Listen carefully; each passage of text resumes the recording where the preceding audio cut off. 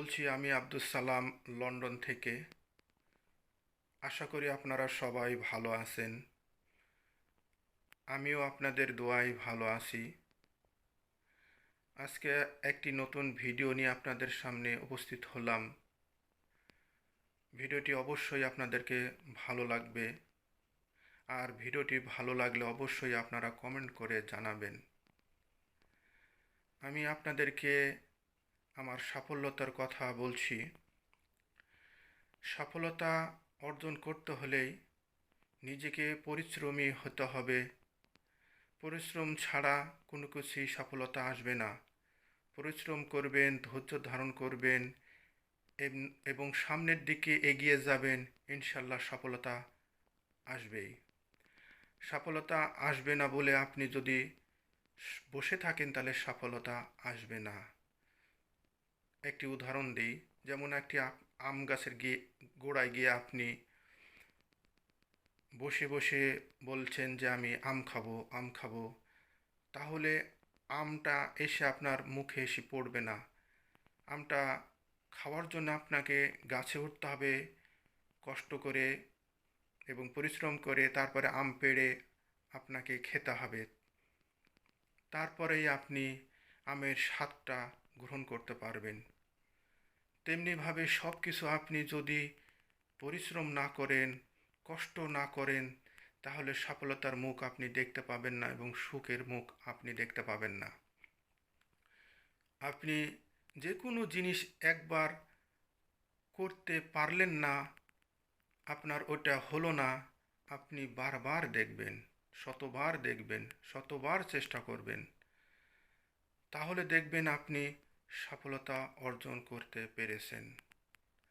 আর আপনি পারবো না বলে বসে থাকলেই হবে না। কথায় আছে, একবার না পারিলে দেখো শতবার। আপনি শতবার দেখতে হবে, শতবার চেষ্টা করতে হবে, তাহলেই আপনি পারবেন, ইনশাল্লাহ পারবেন। যেমন ধরেন, আমি বাংলাদেশ থেকে লন্ডনে এসেছি। আমাকে অনেক পরিশ্রম করতে হয়েছে, আমাকে অনেক চেষ্টা করতে হয়েছে, তারপরে এসে আমি লন্ডনে সেট হতে পেরেছি, সব কিছু করতে পেরেছি, আলহামদুলিল্লাহ। তবে আপনারা সেইভাবে চেষ্টা করবেন, আপনার টার্গেট থাকতে হবে যে আমি উন্নতির দ্বার প্রান্তে পৌঁছব।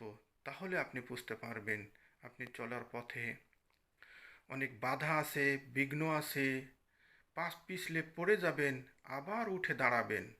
একবার পড়ে গেছেন তো কি হবে, আবার উঠে দাঁড়ান, চেষ্টা করেন, তাহলে আপনি সফলতা অর্জন করতে পারবেন।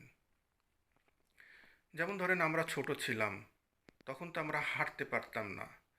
ছোট থাকা অবস্থায় পড়ে গেছি, আবার উঠে দাঁড়িয়েছি, পড়ে গেছি, আবার উঠে দাঁড়িয়েছি, তারপরে আমরা হাঁটতে শিখেছি। এইটাই আপনি নিজেকে উপলব্ধি করেন যে আমি ছোটোকালে হাঁটতে পারতাম না, এখন হাঁটতে শিখেছি, আস্তে আস্তে বড় হয়েছি। তা আপনার সব কিছু সেটাই, চেষ্টা করবেন আপনি উপরে ওঠার জন্যে। আপনি অবশ্যই সাফল্যতা অর্জন করতে পারবেন। উদ্যোক্তা হতে হবে আপনাকে। উদ্যোক্তা না হলে আপনি কোনো কিছুই করতে পারবেন না। সামনের পথে চলার পথে আপনার অনেক বাধা আসবে, বিপত্তি আসবে।